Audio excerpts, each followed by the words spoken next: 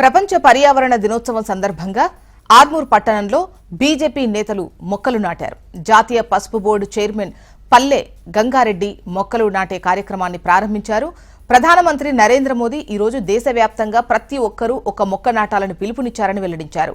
భావితరాలకు కాలుష్య రహిత సమాజాన్ని నిర్మించడం, సకాలంలో పంటలు పండాలన్న ప్రతి ఒక్కరూ మొక్కలు నాటాలని గంగారెడ్డి సూచించారు.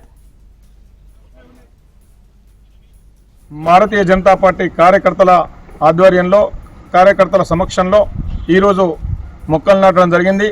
భావితరాలకు కాలుష్యరహిత సమాజాన్ని నిర్మించడం, అదేవిధంగా రైతులకు మంచి వర్షాలు పడాలన్నా, తాగునీటికి మంచి వర్షాలు ఉండాలన్నా మొక్కలు నాటితేనే మొక్కల ద్వారా వాతావరణం కలుషితం కాదనేటువంటి పిలుపు మేరకు భారత ప్రధానమంత్రి నరేంద్ర మోదీ గారు దేశవ్యాప్తంగా కూడా ప్రభుత్వాలే కాదు, అధికారులే కాదు, భారతీయ జనతా పార్టీ కార్యకర్తలు కూడా సామాజిక బాధ్యత తీసుకుని ప్రతి ఒక్కరూ ఒక మొక్క నాటాలని చెప్పేసి పిలుపునివ్వడం జరిగింది.